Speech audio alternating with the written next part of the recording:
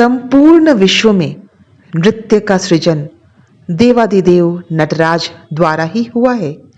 संपूर्ण विश्व में नृत्य के प्रथम आचार्य शिव नटराज हैं। आइए आज हम शिव की नटराज मुद्रा के बारे में जानते हैं, जिसे कॉस्मिक डांस भी कहा जाता है। आज इंटरनेशनल डांस डे पर एक हमारी प्रस्तुति।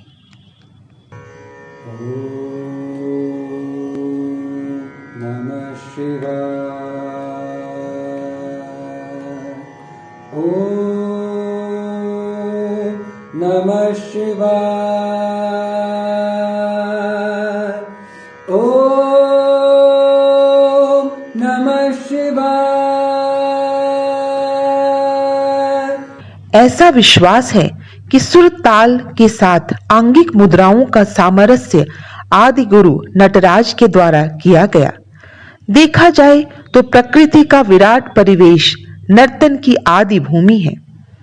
वृक्षों और वल्लरियों से आंगिक मुद्राएं, नदियों की तरंगों से पद निक्षेप या पदाघात, मेघों से ताल वाद्य की ध्वनि, सागर से सम और विषम स्वर, इनका वैज्ञानिक महत्व जानना हो तो वेद वांग्मय की ओर मुड़े। मंत्र रव से खींचे हुए मरुत की गति में जो लयबद्धता होती है, वही नृत्य का संयोज कौशल है। और कैलाश पर्वत पर प्रसन्न मुद्रा में शिव जब आनंद विभोर नृत्य करने लगते हैं, तब उनकी ऊपर उठी हुई दोनों भुजाओं के साथ साथ अभिनव हस्त मुद्रा संस्कृति के सनातन उत्थान का सूचक है। दोनों हथेलियां ऊपर नीचे की ओर मुद्रा में हैं और ऊपर उठी हुई तीनों उंगलियों का सुंदर संकेत है। नीचे जीवन है और ऊपर पराजीवन है।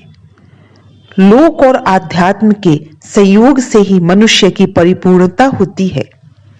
इतना ही नहीं, भोले शंकर के दोनों पैरों की भी वही प्रतीक मुद्रा है। एक पांव धरती पर है और दूसरा अंतरिक्ष में। एक धरती को चाहता है और दूसरा अंतरिक्ष की ऊंचाइयों को नापना चाहता है।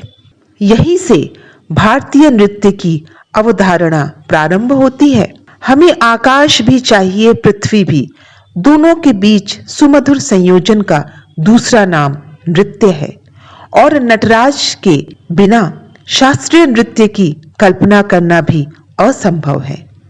शिव संपूर्ण है, योगी है, तपस्वी है, नर्तक है, शांत है, अघोरी है, सुंदर है, सब कुछ शिव है। पूर्ण है, संपूर्ण है, शिव शक्ति है, परम ऊर्जा है। नटराज की महिमा एवं तथ्य।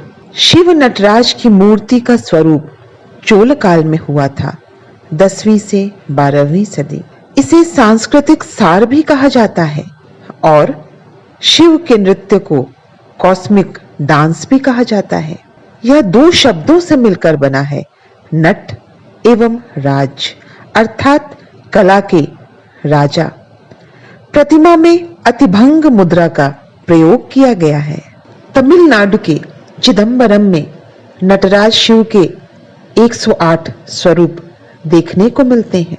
भगवान शिव के तांडव के अनेक स्वरूप माने गए हैं। रौद्र तांडव और आनंद तांडव मुख्य हैं। इस चतुर्भुज प्रतिमा के दाएं हाथ में अभय मुद्रा है, जो कि आशीर्वाद का सूचक है, और दूसरे हाथ में डमरू है, जिससे उत्पन्न ध्वनि सृजन का प्रतीक माना जाता है। बायां हाथ दोलहस्त मुद्रा में है, जिसमें अग्नि विनाश का प्रतीक है। अन्य बायां हाथ पैर के नीचे दबे बौने दैत्य की ओर दिखाता है, जो अज्ञानता के नाश का प्रतीक एवं मोक्ष का मार्ग बताता है। भगवान शिव के शरीर पर लहराते हुए सर्प कुंडलिनी शक्ति का प्रतीक है, जो माता पार्वती हैं। दाएं पैर के नीचे अपस्मार नामक दैत्य दबा हुआ है, जो बौना है, अज्ञानता एवं अहंकार का प्रतीक है। सिर दैत्य का है, धड़ शिशु का, जिसका हाथ अंजलि मुद्रा में है। शिव का उठा हुआ बायां पैर भुजंग ग्रसित स्थिति में है, जो तिरोभाव माया भ्रम को हटाता है। प्रतिमा का वर्ताकार घेरा जिस पर आग की लपटें दिखाई गई हैं, ब्रह्मांड का प्रतीक है। भगवान शिव की संपूर्ण आकृति ओम के स्वरूप में दिखती है, अर्थात ओम में ही शिव समाहित है। बालों की लटें गंगा का प्रतीक है। नो डांस नो क्रिएशन, कोई नृत्य नहीं, कोई रचना नहीं। संपूर्ण ब्रह्मांड में ऊर्जा सृजन और विनाश को यह प्रतिमा दिखाती है। आनंद सृष्टि की उत्पत्ति है, अस्तित्व है। रौद्र सृष्टि का नाश, उसका विलय है। यह प्रकृति और पुरुष की कथा भी बताता है। हमारे प्राचीन साहित्य अंशुभेद आगम और उत्तरकालिका आगम में इसकी चर्चा की गई है। भगवान विरूपाक्ष जड़ता को दूर करते हैं। संपूर्ण ब्रह्मांड में शिव का वास है। अपस्मार यह शब्द संस्कृत में मिर्गी के लिए प्रयोग में आता है।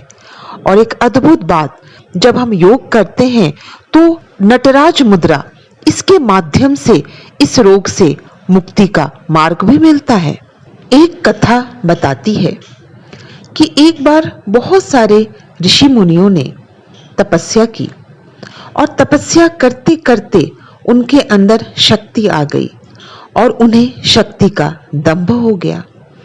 उन्होंने अग्नि द्वारा अपस्मार नामक एक बौने दैत्य को प्रकट किया। इसी क्रम में शिवजी माता गौरी के साथ भेष बदलकर वहां पहुंचे।